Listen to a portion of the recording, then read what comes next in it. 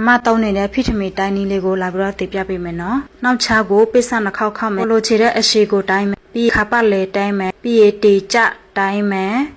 တေကြနေရမှာဆိုရေတေပတ်လေတိုင်းမယ်ခါမှာရှစ်လက်မခွဲဆိုရင်အောက်မှာရှစ်လက်မပဲယူမယ်နော်ပြီးစိုက်မယ်ပြီးတော့ခါလေးဝဝိုက်လေးဖြစ်အောင်ကိုကအဲ့ဒီခါမှာ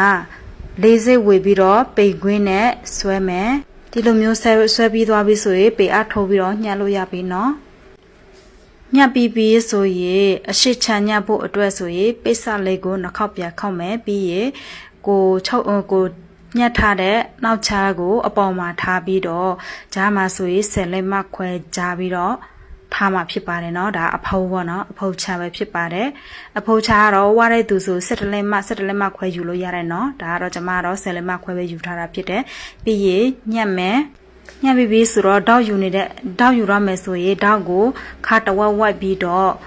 တေကြထဲ့ပေါ့เนาะလေးစေးလောက်ကျမတို့တုံရမှာဖြစ်ပါတယ်ခုနကကျမတေကြ10လက်မယူတာဖြစ်တဲ့ကြောင့်မို့တောက်ကို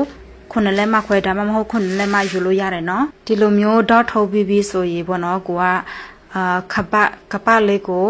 ညက်ပြီးဆိုရင်ချုပ်ပြီးတော့ဒီလိုပုံစံမျိုးနဲ့ချုပ်ဖို့ကြည့်ပါเนาะချက်ကလေးနဲ့ဝတ်လို့လည်းအရေးကောင်းတယ်ဖိစကလေးဖြစ်သွားမှတေ